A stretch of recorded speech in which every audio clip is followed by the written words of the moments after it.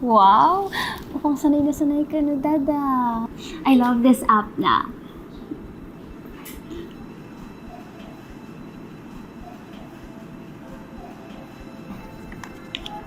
Careful.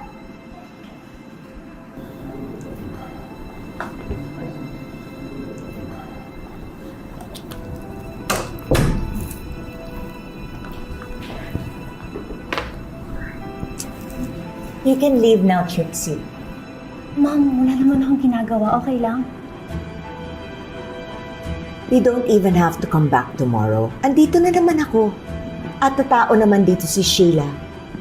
Pag nasa Batangas ako. If this is still about what happened last time, I have to admit, it will take time bago pa kita mapagkatiwalaan ulit. So for now, you're not allowed to come here. Again.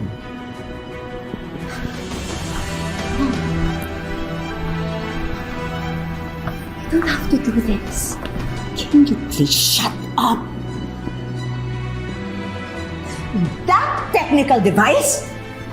It won't solve anything. I don't trust this AI. I don't even trust you right now. Sama mo pa talaga yung Lilette at Meredith na yon. Bakit ba galit na galit ka kay Ethan ni Meredith, ha? Ano ba siya sa pamilya natin? Bakit pati siya pinagtatabuyan mo? Doon ko pa sinabi sa'yo na wala dapat tayong pagkatiwalaan. It just has to be the three of us. Kaya ang sakit-sakit. Pati ikaw, hindi ko na rin ikaw mapagkakatiwalaan ngayon. My God! Tinuloy mo talaga yung pa-ceasefire mo sa Lilette na yon. Talaga lang?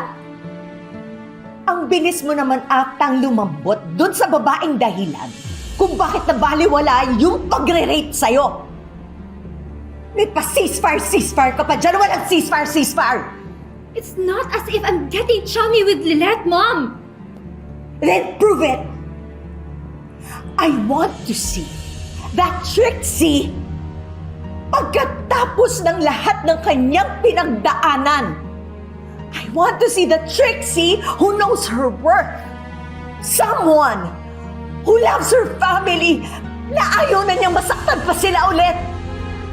Someone na makakaharap dyan sa Lilette na yan at sabihin sa kanya na she's the worst person to have ever existed.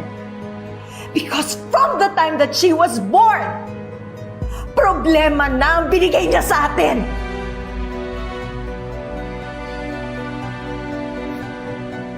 Now, even at your darkest hours, wala siyang ginawa kundi maging bangungot sa'yo. Don't you ever forget that! Now leave! Leave!